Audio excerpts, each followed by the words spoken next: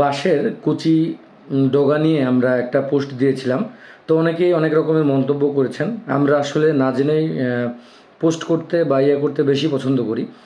যে কোনো veterinary toxicology বই যদি আপনি নেন, সেখান থেকে পর্যাপ্ত ইনফরমেশন পাবেন।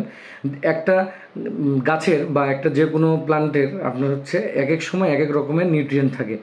অনেক সময় কচি ঘাস খেয়েও কিন্তু নাইট্রেট বিষক্রিয়া হয়ে প্রাণী মারা যেতে পারে।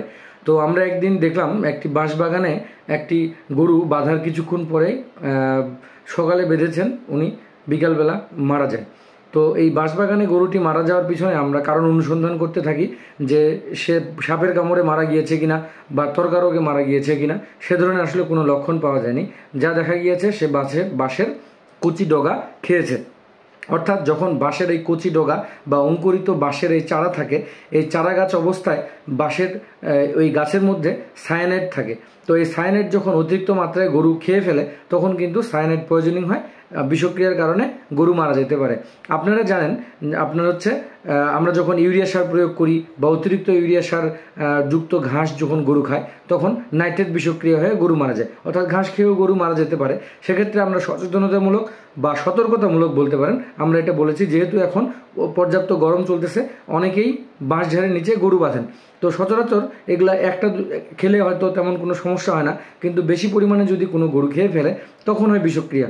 বিষক্রিয়াটা হচ্ছে এমন একটা জিনিস যে অনেক সময় যেহেতু লিভার নামে একটা অর্গান আছে আমাদের শরীরে, প্রাণীর শরীরে, লিভার বা যেটাকে আপনারা কলিজা বলেন, এটা সব থেকে ডিটক্সিফাইং একটা অর্গান হিসেবে কাজ করে, অর্থাৎ সকল প্রকারের বিষ এটাকে দমন করে এই লিভার।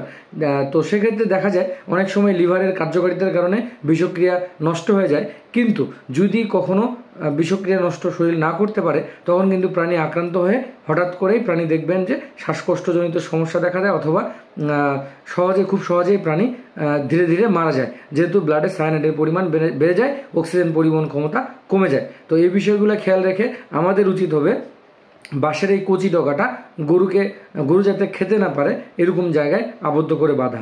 এখন অনেকেই বলতে পারেন মানুষ তো এটা খায়।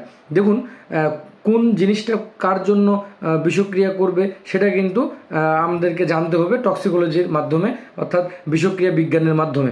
মানুষ যেটা খায় রান্না করে গাছের যে এটা কিন্তু খেতেও সুস্বাদু এবং তাতে কিন্তু কোনো সমস্যা হয় না। আবার দেখেন আপনার বাঁশ পাতা গরুকে যখন খাওয়ানো হয় তখনও কিন্তু কোনো সমস্যা হয় না। এখানে প্রাপ্তবয়স্ক বাঁশের যে বাঁশ পাতা সেটা খাওয়ালে গরুর কিন্তু এমন সমস্যা হয় না, আর এটাতে কোনো বিষক্রিয়া হয় না। ঠিক যখন আপনার ম্যাচিউর ঘাস আপনি গরুকে খাওয়াবেন বা আপনার হচ্ছে ইউরিয়া মুক্ত অর্থাৎ নাইট্রেট মুক্ত যখন আপনি হচ্ছে ঘাস গরুকে খাওয়াবেন তখনও কিন্তু গরুর কোনো সমস্যা হয় না। তো এই বিষয়টা খেয়াল রাখতে হবে। অনেকে আবার বলছেন পান্ডা বাঁশ খায়, এই বাঁশ সেই বাঁশ বা পান্ডার বাঁশ হজম করার ক্ষমতা গরুর মতো নয়। তো সেক্ষেত্রে পান্ডার হিসাবটা আলাদা রাখতে হবে। আর গরুকে এই বাঁশবাগানের নিচে বেঁধে এই কচি যে গাছের ডগা দেখছেন এটা যাতে করে না খেতে পারে সে বিষয়টা আমাদের খেয়াল রাখতে হবে। কখন কোন গরু বিষক্রিয়ায় আক্রান্ত হয়ে মারা যাবে আমরা কিন্তু বলতে পারি না। ঠিক যেমন তম্রচূড়া বা বাঘঝাড় বা কুকুরমুতা বা শিয়ালমুতি যে গাছটা আছে সচরাচর এটা খায় না, কিন্তু এটার যে কচি চারা আছে এটা কিন্তু বিষক্রিয়া করে।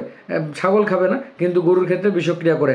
আবার ঘোড়া নিমের বীজ আছে, বেশি পরিমাণে গরু খেয়ে ফেললে গরু বিষক্রিয়া হয়, কিন্তু আবার ছাগলের হয় না। ঠিক তেমনি আপেল সিডার ভিনেগার যে আছে, অর্থাৎ আপেলের বীজ যদি বিড়াল খায় তাহলে বিড়ালের বিষক্রিয়া হতে পারে। আবার প্যারাসিটামল বিড়াল খেলে বিড়ালের আপনার হচ্ছে বিষক্রিয়া হতে পারে। প্যারাসিটামল বহুল ব্যবহৃত একটা ওষুধ, সবার জ্বর কমায় কিন্তু বিড়ালে গিয়ে আবার বিষক্রিয়া করে। তো সেক্ষেত্রে আপনাদের অনুরোধ করব বিষয়গুলো জানুন। আমরা একটা প্রাণী সেবা কেন্দ্র প্রতিষ্ঠান, আমাদের সব এক্সপার্টগুলো কাজ করে আপনাদেরকে তথ্য দেওয়ার জন্য।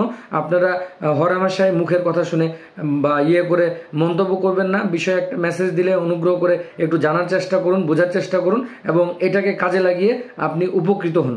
তো অনেক সময় বলেন যে কেউ আবার বলছেন যে ডায়রিয়ায় বাঁশের পাতা ব্যবহার করা হয়। দেখুন বাঁশের পাতা আর বাঁশের যে নতুন অঙ্কুরিত গাছ, প্রতিটা প্রাণীর একটা সেলফ ডিফেন্স আছে। তো সেলফ ডিফেন্সটা এখানে হচ্ছে গাছের মধ্যে বিষক্রিয়া, কোনো প্রাণীর মধ্যে বিষ, সাপ যেমন তার প্রোটেকশন দেয় সে বিষ ছিটিয়ে, তো সেক্ষেত্রে এই কচি অবস্থায় তার প্রোটেকশনটা বৃদ্ধি করার জন্য যে বিষয়টা থাকে সেটা হচ্ছে সায়ানাইড। তার মানে এই জিনিসটা আমাদেরকে মাথায় রাখতে হবে।